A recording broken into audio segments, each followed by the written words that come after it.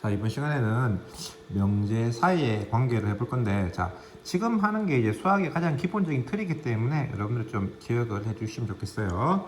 자, 명제는 뭐였냐 그러면은 참 거짓을 갖다가 구분할 수 있는 문장 또는 식을 갖다가 우리가 명제다 한다라고 말했어요. 그 다음에 조건은 뭐냐 그러면 조건은 x의 값에 따라서 참이 되기도 하고 거짓이 되기도 한다라고 말했습니다. 그래서 조건 자체는 명제가 될 수 없어요. 근데 우리가 조건 두 개, p, q라는 두 개의 조건이 있을 때 px이면 qx이다. 간단하게 p이면 q이다라고 쓰고 기호로는 p이면 q이다라고 이렇게 써요. 이렇게 되면 얘는 명제가 됩니다. 그러니까 뭐 p 조건 자체는 명제가 되지 않죠. 근데 두 개의 조건을 가져와 가지고 p이면 q이다 이렇게 되면 이걸 갖다가 가정과 결론의 형태가 돼요. 이게 가정이고 이게 결론이에요.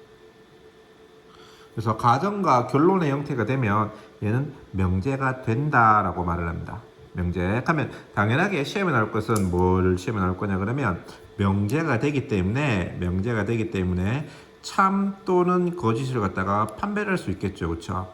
그래서 참 또는 거짓을 어떻게 판별하는가에 대해서 아시면 돼요. 시험 문제는 당연하게 p이면 q이다 라는 명제에 참 또는 거짓을 판별하시오 라는 문제가 나올 겁니다. 자, 근데 그걸 어떻게 판별하느냐라는 거예요. 판별할 때 사용하는 것이 바로 진리집합입니다. 자, 이 조건 P의 진리집합을 라지 P. 진리집합은 뭐라 그랬어? 이 P를 만족하는 X들이에요. 그렇죠? 그 다음에 이 조건 Q의 진리집합을 Q라 그럴 때 P가 Q의 부분집합이 되면 요거이면 이 명제는 참이다라는 거 이걸 반드시 기억해 주셔야 돼요, 여러분들. 자, 예를 한번 들어보겠습니다. 예를 들어볼게요.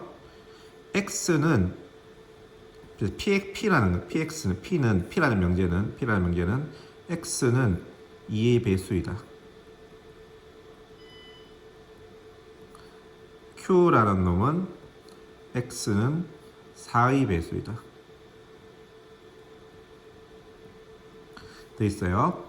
그러면 2의 배수는 어떤 게 있어요? 이 진리집합 구해볼까? 진리집합 구해보면은 P는 어떻게 돼요? 2, 4, 6, 8 이렇게 되겠고 Q는 어떻게 돼요? 4, 8, 16, 32 이렇게 되는 거죠. 12, 16, 31이 되는 겁니다. 그러면 2의 배수이면 4의 배수이다. 이렇게 하면은 명제가 돼요. x는이란 말이 빠져있지만 x가 2의 배수이면 x는 4의 배수이다인데 줄여서 이렇게 쓰잖아요. 그러면은 x는 2의 배수이다라는 것은 조건이기 때문에 x의 값에 따라서 참 거짓이 되기 때문에 명제가 아니고 마찬가지 x는 4의 배수이다라는 것도 x의 값에 따라서 참 거짓이 바뀌기 때문에 역시 그 명제가 아니죠. 근데 이렇게 뭐이면 가정과 결론 형태로 쓰면 이게 명제가 되고요. 그럼 이 명제에 참 거짓을 따져봐야 되는데 이 녀석의 진리집합이 P고 이 녀석의 진리집합이 Q라 이 말이에요. 그러면 P, Q 돼 있을 때 이런 관계가 성립합니까? 성립하지 않습니까? 성립하지 않죠. 그렇죠? 성립하지 않기 때문에 이 명제는 뭐라고 할 수 있다? 거짓이다 라고 할 수 있다 이 말입니다. 근데 거꾸로 4의 배수이면 2의 배수이다. 이런 명제는 4의 배수가 Q고 2의 배수가 P잖아요. 그렇죠? 그럼 요 두 개를 비교해 봤을 때 Q는 P의 부분집합이 되죠. 되기 때문에 명제는 뭐라고 할 수 있다? 참이다라는 것을 알 수 있다 말입니다.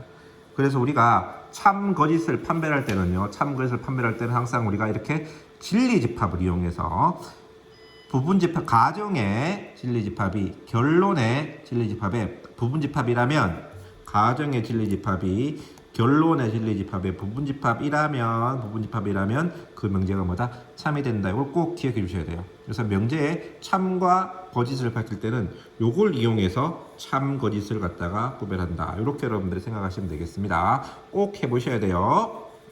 자, 그 다음에 아까도 말했던 것처럼 P이면 Q이다라는 명제가 있는데 아까 여기 보세요, 여러분들. 2의 배수이면 4의 배수이다 되고 거꾸로 4의 배수이면 2의 배 이렇게 했잖아요. 그렇죠? 이걸 기호로 쓰면은 이렇게 P이면 Q이다라는 명제가 있을 때 명제잖아요. 그렇죠? 그럼 이걸 Q이면 P이다 이렇게 쓸 수 있겠죠.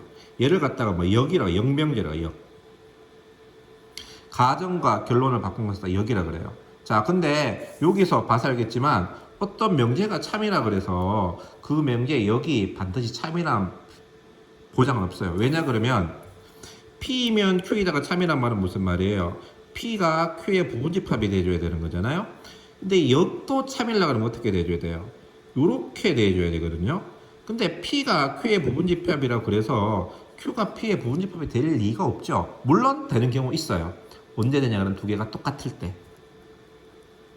두 개가 똑같으면 이게 되지만 이 경우를 제외한다면 이게 되면 이건 안 되는 거잖아요. 그렇죠? 그래서 어떤 P이면 Q이다라는 명제가 참일 때 그 역명제 Q이면 P이다라는 명제가 반드시 참일 필요는 없습니다. 그런데 봐봐요. 자, P가 Q의 부분집합이면 우리가 뭐는 알 수 있냐 그러면 Q의 여집합 관계를 여집합 이렇게 거꾸로 되는 거잖아요. 그렇죠? 그러니까 이걸 갖다가 명제를 써보면 여집합은 not Q이면 not P이다는 참이 되겠죠. 왜? P가 Q의 부분집합이면 Q의 여집합은 P의 여집합의 부분집합이기 때문에 이게 성립한다 이 말입니다. 그럼 이걸 명제로 바꾸면 요래 되는 거예요. 그래서 자, 다시 보겠습니다. P이면 Q이다가 참이라면 P이면 Q이다가 참이라면은 P의 진리집합인 라지 P가 Q의 진리집합 라지 Q의 부분집합이 돼줘야 되는데 요거랑 똑같은 말이 요거고 요걸 다시 명제꼴로 바꾸면 요렇게 되잖아요. 그렇죠? 그래서 어떤 명제 P이면 Q이다가 참이면은 not Q이면 not P다 이렇게 참이 되는데 요 명제를 갖다가 무슨 명제라 하냐 그러면 대우라고 해요. 대우 명제다라고 말합니다. 그래서 우리가 꼭 기억해야 될 게 어떤 명제 P이면 Q이다가 참이면 그 명제의 대우인 not Q이면 not P다도 참이 됩니다. 자, 이거를 하는 이유는 뭐냐 그러면 경우에 따라서는 얘보다 얘를 보이기가 쉬울 때가 있어요. 그래서 얘 대신에 얘를 보이는 방법도 사용을 하기도 합니다. 자, 한번 보겠습니다. 여기서 보면은 4의 배수이면 2의 배수이다가 참이잖아요. 그렇죠? 그럼 이 명제의 대우는 2의 배수가 아니라면 4의 배수가 아니다. 이것도 역시 뭐가 된다? 참이 명제가 된다 이 말입니다. 근데 시험에서 이렇게 생각해요, 여러분들. 만약에 이렇게 물어봐요, 내가. 이 명제가 참이야 거짓이야 물어보면은 되게 어려울 겁니다. 근데 이 명제가 참인지 거짓인지를 보이기 위해서는 어떻게? 이 대우를 취해서 이 명제가 참임이 거짓인지를 판단해서 아, 얘가 참이면 얘도 참이다 하는 것을 파악할 수 있는 그런 방법도 할 수가 있을 겁니다. 자, 수업 시간에 한번 해보도록 하겠습니다.